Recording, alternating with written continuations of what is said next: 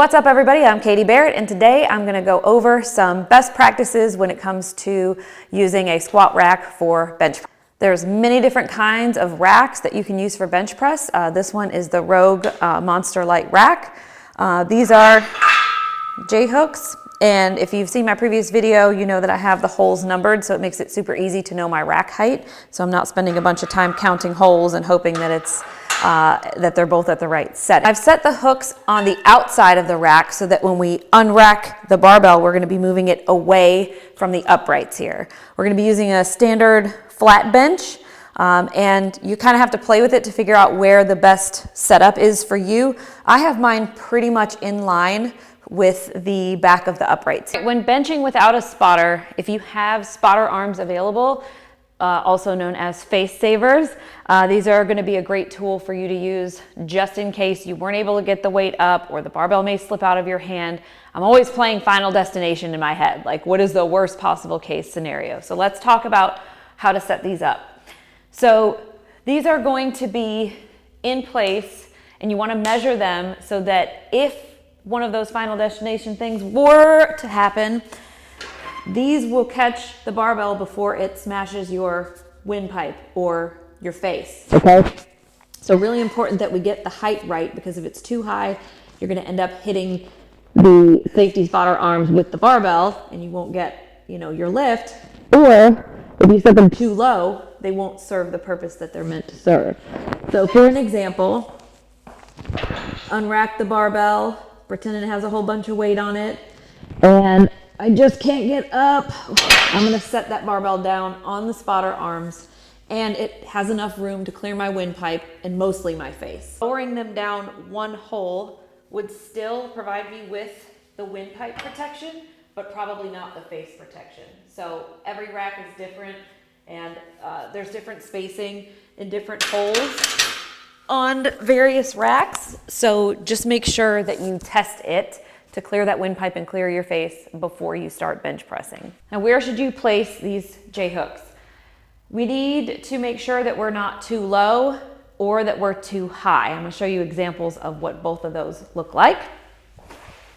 So this is gonna be the too low example. So I like to roll the barbell forward to the front of the hooks, set my hands where I know they're supposed to go. This would be a little bit too low for me, because you see I had to do like a quarter of a rep to get the barbell out of the hooks and over my chest, all right? Example of the hooks being too high might look like this. So getting into position, rolling the barbell forward.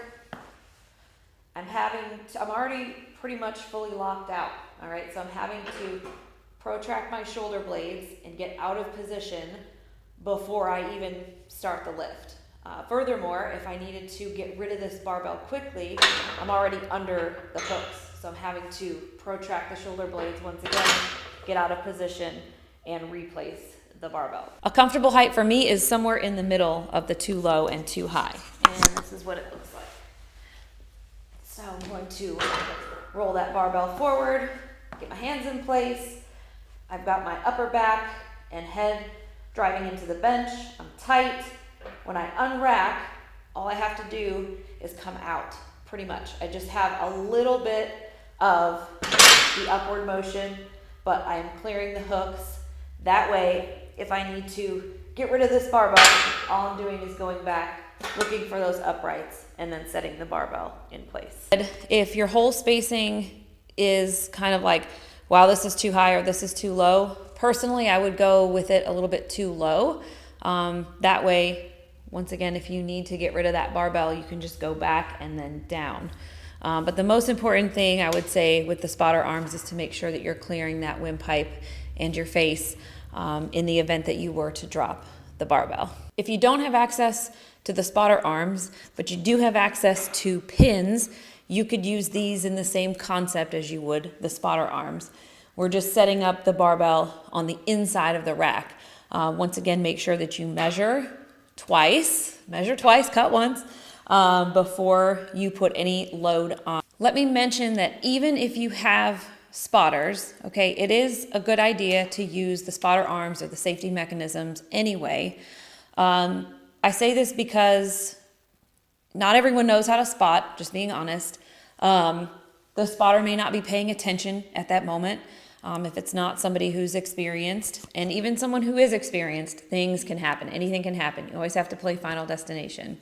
Also, they may not be expecting if the barbell falls out of your hand. If your wrist gives out or your thumb gives out or your hand gives out, they're not going to be able to catch that barbell, okay? So don't expect that somebody has such a quick reaction time that they're going to be able to catch a barbell before it drops on your chest, your throat, or your face. So taking the most safety precautions that you can, whether you have a spotter or not, is probably going to be the best idea.